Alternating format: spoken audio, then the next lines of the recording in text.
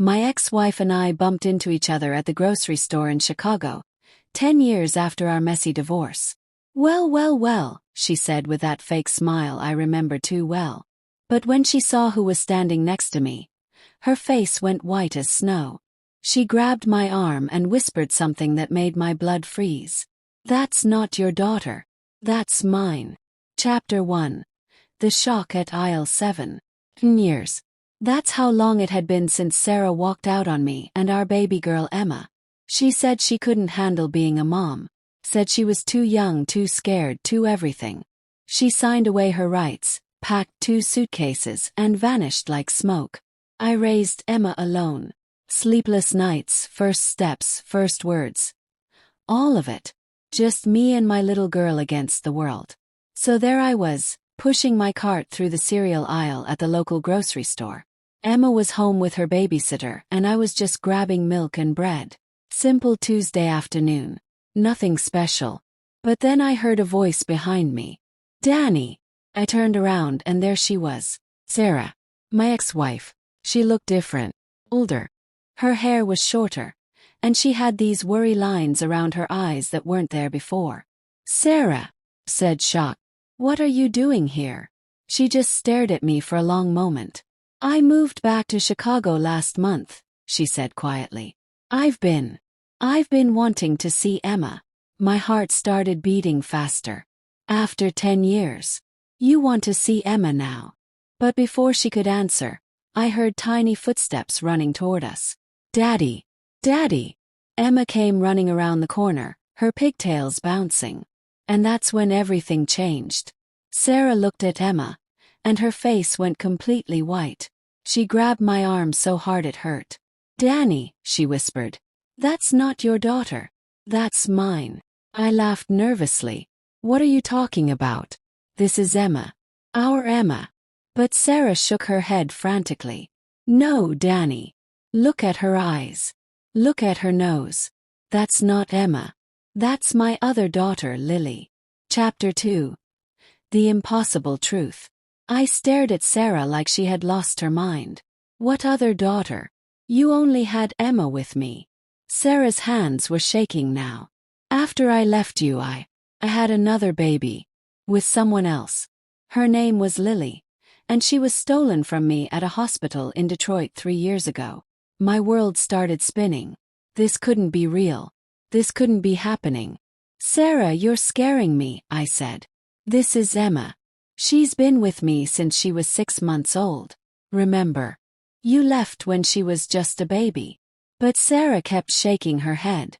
"Danny, I'm telling you, that little girl has the same birthmark on her wrist that my daughter had. The same exact birthmark."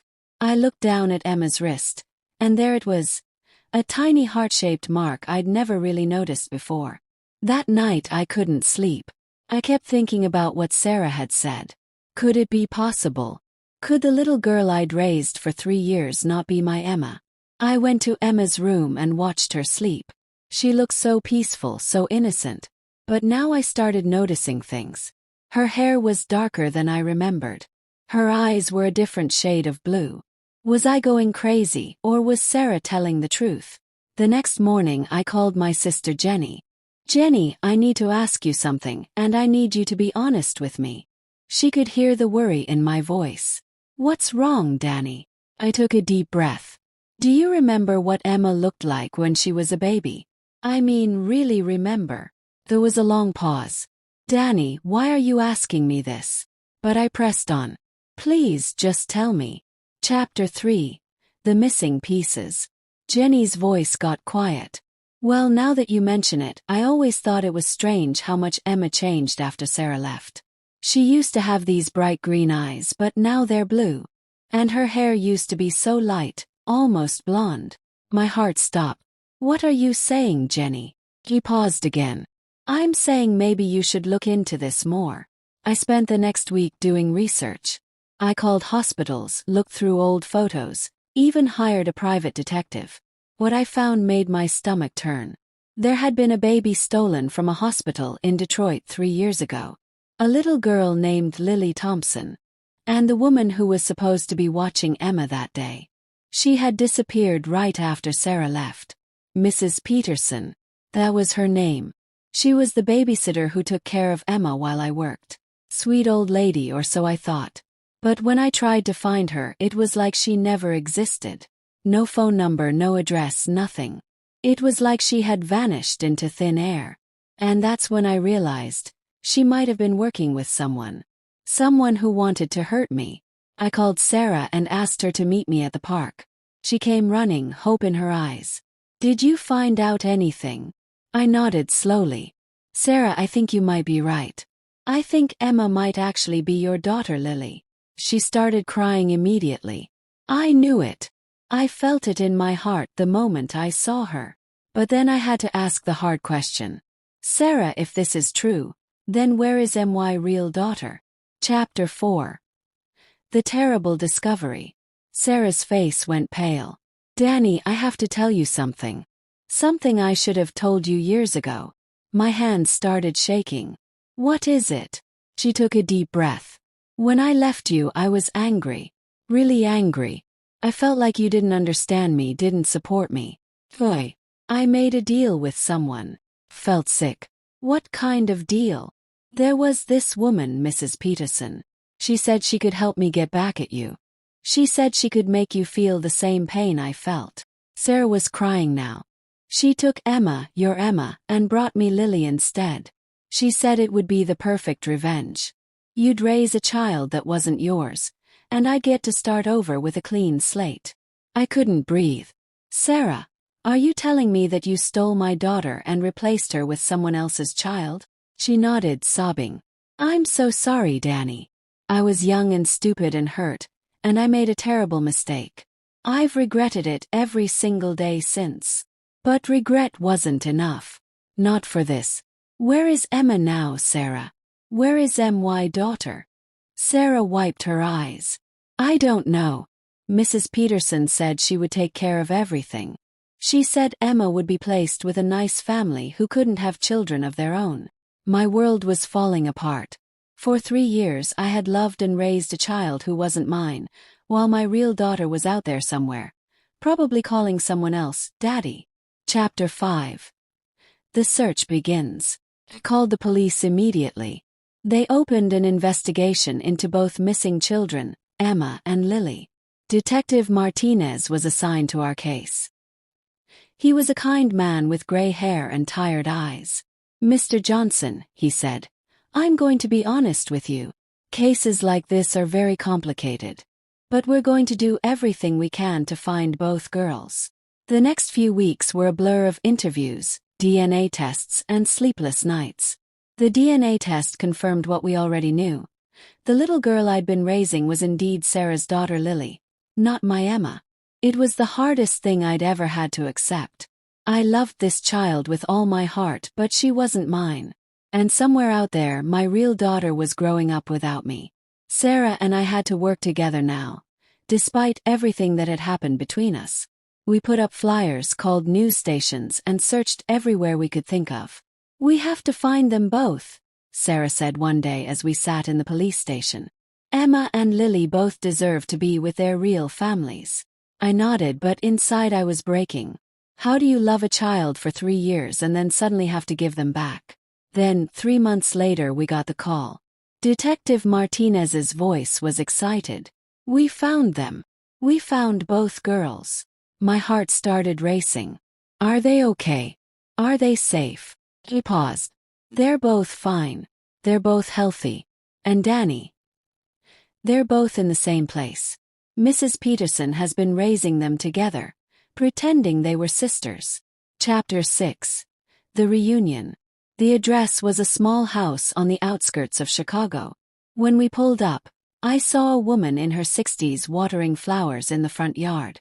She looked up when she saw our car, and I could see the fear in her eyes. She knew we had found her.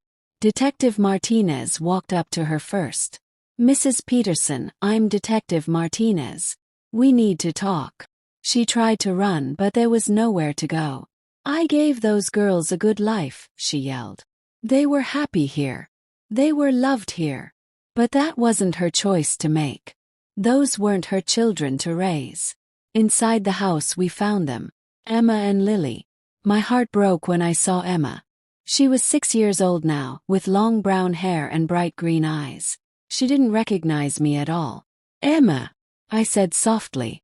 She hid behind Lily, scared. "Who are you?" she whispered. I knelt down to her level. "I'm your daddy, sweetheart. I've been looking for you for a very long time." Lily, the little girl I'd raised as my own, looked at me with confusion. "But you're my daddy," she said. This was the hardest moment of my life. How do you explain to two innocent children that their entire world is about to change? Sarah stepped forward. "Lily, honey, I'm your mommy. Your real mommy. I've been missing you so much." But Lily shook her head. "No. Mrs. Peterson is my grandma, and Emma is my sister, and he is my daddy." She pointed at me. My heart shattered into a million pieces. These two little girls had been through so much, and now we had to separate them again. Chapter 7. The New Normal. The transition was hard. Really hard.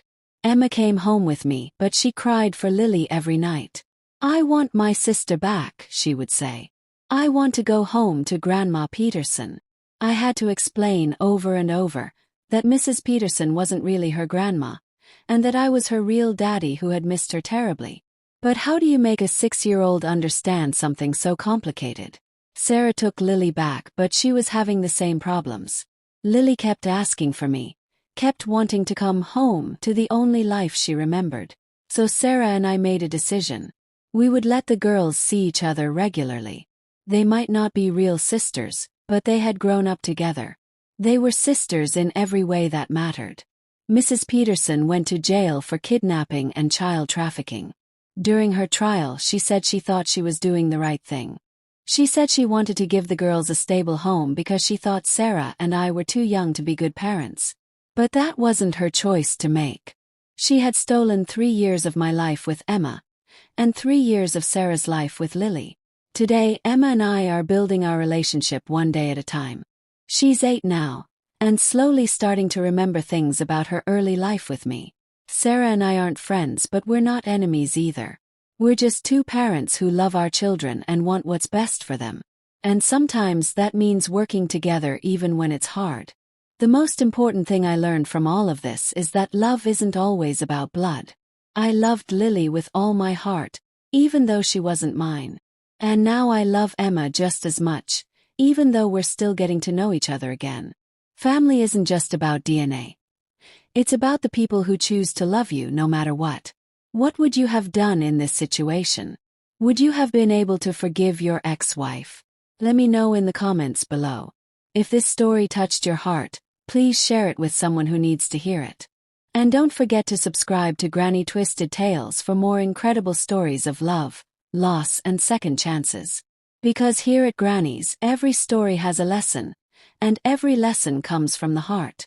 Stay strong, stay loving, and remember, family is what you make it.